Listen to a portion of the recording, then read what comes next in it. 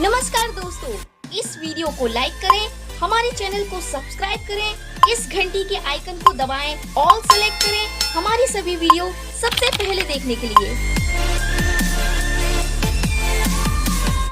केमती पिलामानंकर क्वेश्चन रोचे 80 क्वेश्चन रु 70 क्वेश्चन रु अधिक ठीक करूँ सीपीटी एवं एसएसबी 100 क्वेश्चन रु मिनिमम 70-80 एभव ठीक करूँ। तो ये भाव में जहाँ क्वेश्चन रोचे निश्चित भाव में एठार आम डिटेल्स कथा देख तुम प्रैक्टिस सेशन ऑलरेडी स्टार्ट हो गला।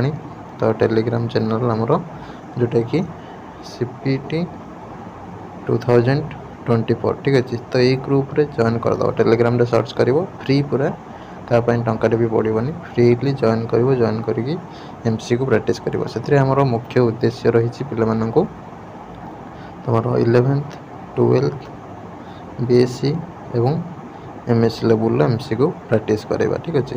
तो एग्जाम तो हम जून शेष सुधा सीपीटी एवं एसएसबी भी से जुलाई फर्स्ट वीक भितर हबार अच्छी। तो समस्ते प्रिपरेशन जारी रख एमसी को प्रैक्टिस कर एमसी को जी जो प्रैक्टिस कर बेनिफिट हम ता सहित तुम जो बुक भी तुमको पढ़ा कही बारंबार रिवाइज कर ठीक अच्छे। सीपीटी को बुक फॉलो कर तार लिंक दे दी डिस्क्रिप्शन में और एसएसबी को बुक फॉलो कर तार लिंक दे दी डिस्क्रिप्शन में से बुक गुड़ा को पढ़ा सहित 4 बार 5 बार रिविजन कर ता सहित तुम कौन कर एमसी को प्रैक्टिस कर जहाँ तुमको ग्रुप रे दि जाऊँ फ्रीली ठीक अच्छे। ता व्यतीत जदि तुम एक्सट्रा हेल्प चाहूच ताले चैट बॉक्स ऑन कर पार ठीक अच्छे। चैट बॉक्स ऑन करने तुम प्रोसीड्योर टेलीग्राम रे रही ठीक अच्छे। तो सेटा पेड सर्विस रोज ठीक है। चैट बॉक्स समस्त ऑन करवा दरकार ना जार एक्सट्रा हेल्प दरकार चैट बॉक्स ऑन कर ठीक है। चैट बॉक्स ऑन हेले तो मेसेज कर आम डायरेक्ट ठीक अच्छे।